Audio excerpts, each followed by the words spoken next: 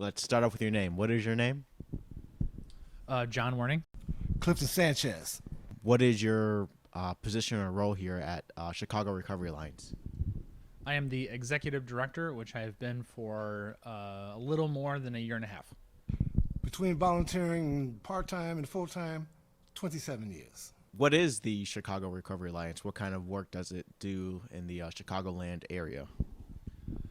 We are a harm reduction organization, so traditionally that's meant that we are a needle exchange program. We provide safer use materials, so unused sterile syringes, all of the materials and supplies that one might need to inject safely. We've expanded those services or those materials rather, to include safer materials for both smoking and snorting. We do naloxone distribution, which our founder and executive director for, close to 30 years, started in the 90s, Dan Bigg. He started distributing naloxone out to people who use drugs. We still do that today. We also have a a drug checking program where people can get their drugs tested. And of course, we distribute assay strips and supplies that you need in order to test your drugs. So CRA started off as an agency that provided services for individuals that injected drugs, providing syringes, clean water, cotton balls, the materials that they would need to prepare their shot, and wouldn't have to share anything with anyone else. Because at the time when the originator of the program, Dan Bigg, when he started the program, he realized that injectors were really the ones that were at highest risk of HIV. Why would something like this be needed way back then, and why is it still important to have today?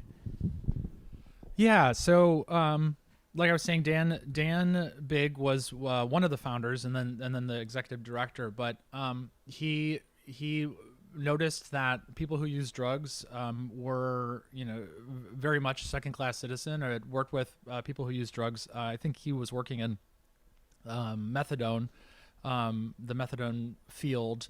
So he's working in the treatment field, and then he started saying, hey, wait a minute, this is not enough, or the services or this population isn't being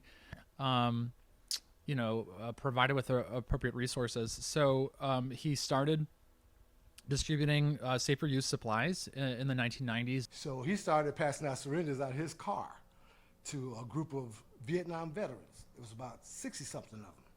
And they hung out on 68th and Halstead. There was actually two big buildings, one on 67th and Halstead on the corner, and one on 68th and Halstead. Both of them at the time were shooting galleries on both sides. So they just, one side to the next or whatever, they raid this side, they go to the other side. Were shooting galleries. And all these Vietnam vets would be hanging around in these shooting galleries. And they would make their own syringes using a Visine eye drop and a needle. And they would wrap the tape around it, and they would do their thing, and they'd pass it to the next person. Well, obviously, that is very risky business when it comes to bloodborne pathogens. So he realized right away that that was going to be his calling, to assist individuals that use injection drugs. The other thing I would say about CRA is that in the 90s too, we were in full swing of the HIV epidemic. So exchange programs like CRAs and others around the country are credited with unbelievable reduction in transmission of bloodborne pathogens like HIV, hepatitis C. So it became a really important and crucial intervention, needle exchanges, throughout the 80s, 90s, and beyond, in order to reduce transmission rates of HIV amongst people who use drugs. And it's very effective at doing that. So unfortunately, today, all of it is still needed. I mean, we haven't invested any real money, I think, into building out the infrastructure of this for people who use drugs. And we can get into that, what that looks like across a couple of different modalities. But yeah, we've as a society have essentially allowed us to ignore this population, and all of those harms, all of the associated harms are still present. And so we're seeing, record breaking overdose numbers still to this day. And of course, all of, drug related wounds and housing instability and all of those things that, impact our community. They're still unfortunately very, very much present. Yeah, we just had someone overdose last week because they smoked rat poison. Yes. And and that was from a giveaway. So what they do is, in order to get more business, they do pass outs. So they may pass out 10 bags for free, right? And that gets the word out that they're doing pass out. You get a whole these people, but after they run out those 10 bags, all of a sudden now, they got this long line, 20, 30 people. Think they finna get a free bag? Oh, we're done with the pass outs. Now you got to pay. But the pass outs is to get the ball rolling. Well, eventually, supposedly this bag of rat poison was a pass out, and it was over in a little village. She was Asian, and she died last week. Yeah, she died. She had been coming around for 5 years. So just that easy, just that quick, it can happen. What's kind of the boogeyman right now, would you say? Well, fentanyl is the one that everyone talks about the most, and I guess xylazine in Chicago's market is the other one, or trank, which is an animal tranquilizer that we're seeing cut into the drug supply, and it has some interesting effects. We're seeing some lasting wounds. Also, it increases the risk of overdose. So, but probably for the general consensus is fentanyl is the big boogeyman right now in most municipalities' drug supply. And so it doesn't have to be fentanyl. It doesn't have to be xylazine. Just someone that, wants to make some quick cash. I'll just put some baby powder in here. You know what I'm saying? And that's all it takes. So in terms of policy, I don't know. They don't even talk about drug policy too much no more.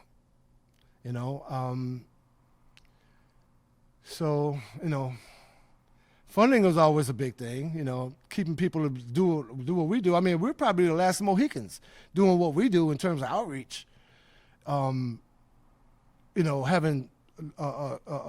set locations in high-risk, underserved communities. So only places we go are places that don't have clinics, that don't have services for folks. I mean, it's crazy. Ain't but what? St. Bernard down the street, and then you got to go to 95th if they take you over there, or over east, or Holy Cross. So all the hospitals are gone, right? The 100,000 clinics we were supposed to get in 2008 for the 2008 election, when Obama won, we were supposed to get 100,000 clinics. Well, I don't know where most of them clinics are because they're not. We got one on 67th Hall City just put up. That's the only one though, So when are the neighborhoods going to come back, right? When are we going to get some economic development in these neighborhoods? Apparently we got all these jobs, but I don't see no economic development. When housing, all this kind of stuff got to take place before the situation gets better with people.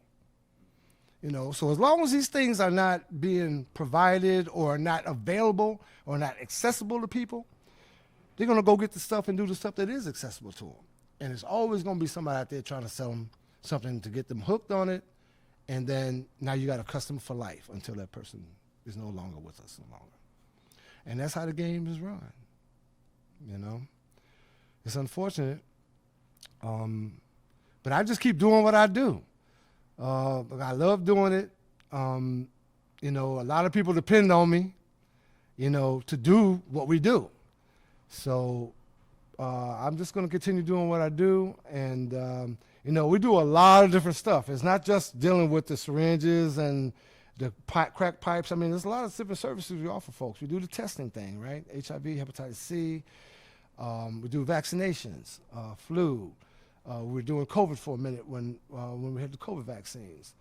So there's a lot of stuff that we do, and people don't know that because unfortunately we don't let them on the truck anymore. They used to be able to come on the truck, and when they come on the truck, then you can see all the materials, all the pamphlets, all the stuff that we have to offer. But we can't do that anymore because most of the people that we see, they just want a glass. You just pass that to them right through the door. They don't need to be coming on the truck for that because now you got too many people to create chaos. So, and then it's a safety issue too. So, so we don't do that anymore. We do our testing at the office now, or if it's available to do on the truck, because you can't do your site and testing at the same time because you got to spend 20, 30 minutes with the person in the back when you're testing them. So I normally refer them to come to the office to get tested, hepatitis C mostly. All of our HIV stuff is done out in the south suburbs or out in Region 8 or the county, Cook County. So all of our HIV testing is done in Cook County. We just do hepatitis C in the city, and then vaccinations and things like that too.